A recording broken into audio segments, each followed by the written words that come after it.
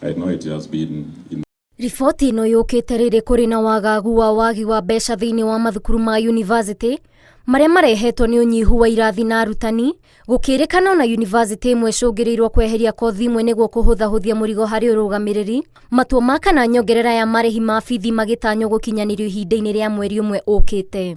We trust that our universities in Kenya have the capacity to determine the value addition, to determine, for example, programs which might no longer be necessary in terms of being offered, and make arrangements for those programs to be discontinued.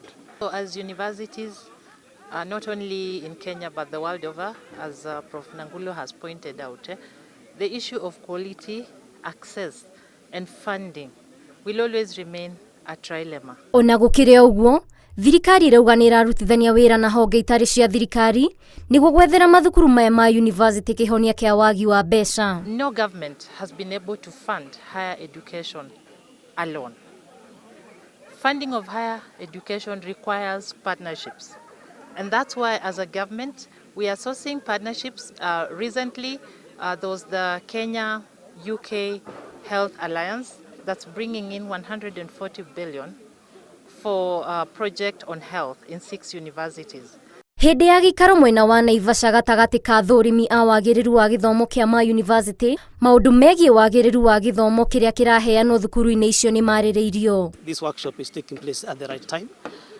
This question of discussion of the quality of education, it's not new. It's been going on for a long time. I think you have to appreciate that there has been quite a robust system in this country.